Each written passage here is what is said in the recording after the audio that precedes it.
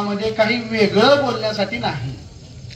मुळात प्रास्ताविक हे गावच्या व्यक्तीने करायचं असतं, परंतु मी इथं एवढा राहिलोय पाहुणा जरी असलो तरी की मी काय बाहेरचा नाही इथलाच असल्यामुळं हे प्रास्ताविक जबाबदारी माझ्यावर दिली आणि मी ती अगदी थोडक्यात आणि व्यवस्थित पार पाडतो. कारण मुख्य वक्ते आपले खास बार्शीवरून ज्यांनी महाराष्ट्रभर सभा आणि मैदान गाजवले असे वक्ते आपल्याला योगायोगाने लाभलेले आहेत. आणि ह्या मराठा आरक्षणाच्या यज्ञ कुंडामध्ये आज ज्या समिधा पडणार आहेत त्या समिधा मात्र जोरदार असणार आहेत ह्याची खात्री मी तुम्हाला 100% देतो.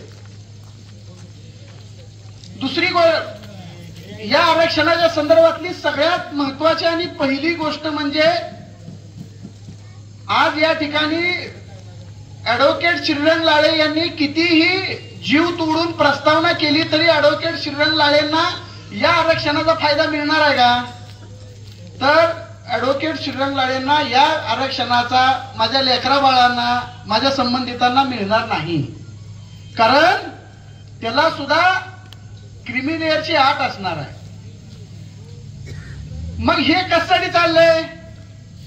तर हा जगाच्या इतिहासामधला एकमेव लढा आहे की ज्या लढ्याला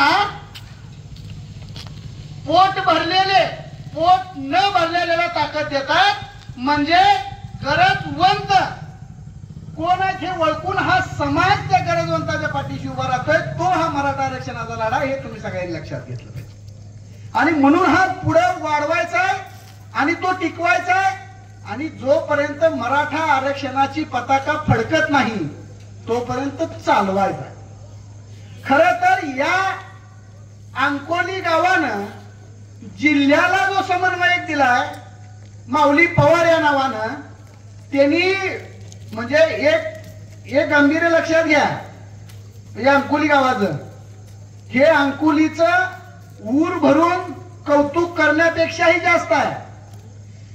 ज्या मनोज जरांगे पाटलांना अख्खा महाराष्ट्र पाणी प्या म्हणत होता आणि जरांगे पाटील ऐकत नव्हते, त्या ठिकाणी मी स्वतः उपस्थित होतो, माऊली पवार उपस्थित होते, विशालजी गरड उपस्थित होते आणि मोहोळचे डॉक्टर प्रमोद पाटील उपस्थित होते.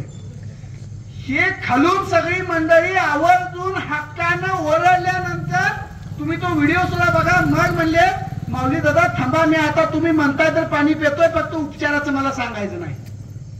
म्हणजे आपल्या गावातला माणूस हा तिथपर्यंत पोहोचलाय. आणि मला ह्या आरक्षणाच्या निमित्तानं मनापासून एक आनंद झालाय. कारण मी रांगत होतो तेव्हापासून या गावात येतोय. या मराठा आरक्षणानं जगाला आरक्षण दिलंय का नाही हे आता येत्या भविष्यकाळात कळेल. परंतु या मराठा आरक्षणानं अंकोली गावातल्या मनामनातलं अंतर मात्र कमी केलंय. आणि ते अंतर कमी केलंय म्हणून या मराठा आरक्षणाचं या अंकोलीमध्ये विशेष महत्व आहे हे लक्षात घ्या. त्याच्यामुळं आरक्षण गरजेचं आहे का? तर 100% गरजेचं आहे. इतक्या वर्षांनी आपल्यामधली एक भगिनी MBBS ला गेली.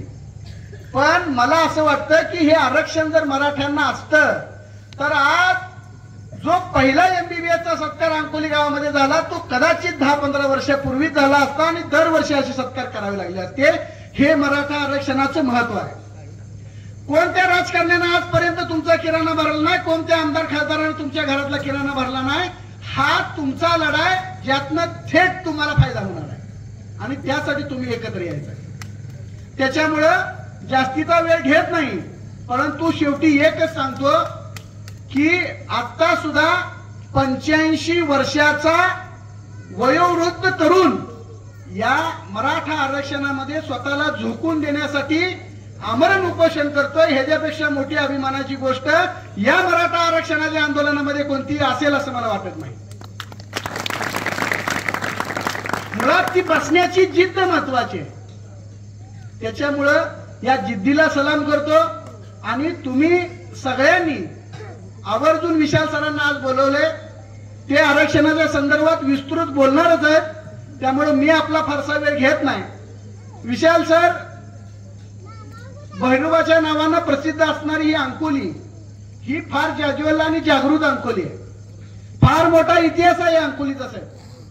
त्याच्यामुळं आज जिल्ह्याचं नेतृत्व हे गाव करत आहे. नेतृत्व म्हणण्यापेक्षा हे जिल्ह्याचा समन्वय साधतंय. आपल्या सध्याच्या आरक्षणाला एकच नेता आहे, पण जिल्ह्याचा समन्वय साधण्याचं काम हे अंकोली गाव करत आहे. त्याच्यामुळं खऱ्या अर्थानं ह्या आरक्षणाचा लढा हा नक्की यशस्वी होणार आहे अशी मला खात्री आहे. आणि तुम्ही सगळ्यांनी एवढ्या आवर्जून उपस्थिती लावली हे सुद्धा फार लक्षणीय आहे.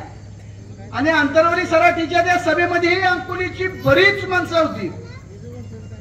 म्हणजे खऱ्या अर्थानं हा गावागावातला माणूस जागृत झाला. हा गावागावात जागृत झालेला माणूस आरक्षण घेतल्याशिवाय थांबणार नाही आणि आपणही कुणी थांबायचं नाही.